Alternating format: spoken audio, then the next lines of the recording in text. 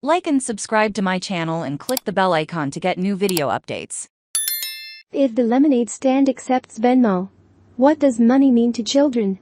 A few weeks before Christmas, Sarah Hunter Simanson took her 2-year-old son and 4-year-old daughter to the grocery store and gave each of them a $20 bill. Her preschool was having a canned fundraiser, so the family went through it together the aisles and selecting items from the shelves. Simanson told her children how much each one costs, hoping to help them understand what it means to buy something with money.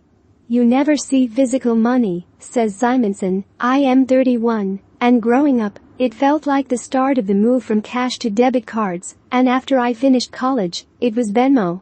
What that means, especially when it comes to their children. As Gen Zers and millennials grew up, they watched their parents pay cash and count change in stores. At the bank driveway, they watched endorsed checks scurried through the vacuum tube to the teller waiting by the window. Quarters that have fallen on the sofa cushions or a faded fiver from the laundry basket were exciting and quite plausible prizes. Back then, teenagers were paid in cash to mow a neighbor's lawn or spend an evening babysitting, and their parents didn't monitor the movement of every wad of money slipped into their pockets. Now those same children are grown and finding out how to guide their own offspring through an increasingly cashless landscape, a fact that is changing the childhood experience of money, how children learn from it, how they use it, how they envision it. There is more parental supervision. There are fewer loose coins in car cup holders. Add to that the fact that many of today's parents didn't get a great introduction to finance when they were kids, Pelletier says. When today's parents were younger, maybe their parents opened a savings account for them, and maybe they had a piggy bank, and that might be the extent of their personal financial education until they were about 18, says Pelletier. Personal finance was a take the plunge and find out kind of education. You'd get your credit card at 18, this savings account, and you'd have to learn how to use it. That's late in the game, she says. Research shows that your behavior and habits are actually formed at a much earlier age. So your strong desire to be a saver, or your passion for spending, or your risk aversion that really started forming in you at a very young age, around the age of 7 for most children. Then what does it mean when many children no longer see money the way their parents once did? Older generations came with many more opportunities to witness the movement of money.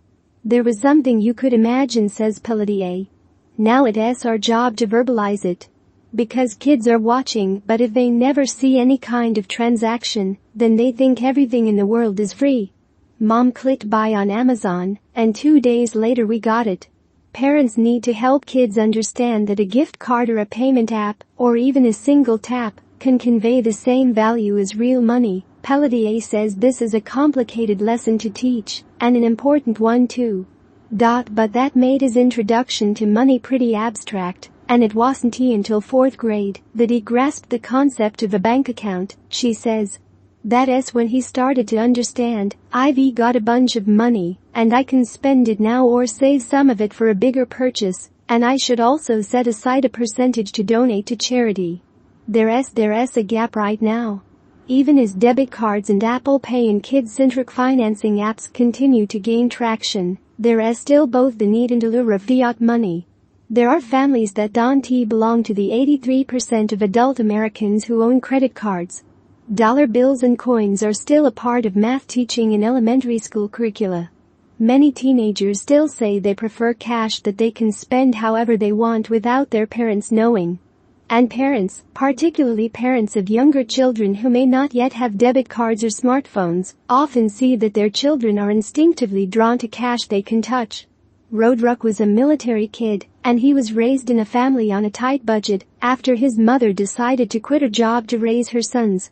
He had stretches when he couldn't afford health insurance, and he sold his blood plasma in college for cash.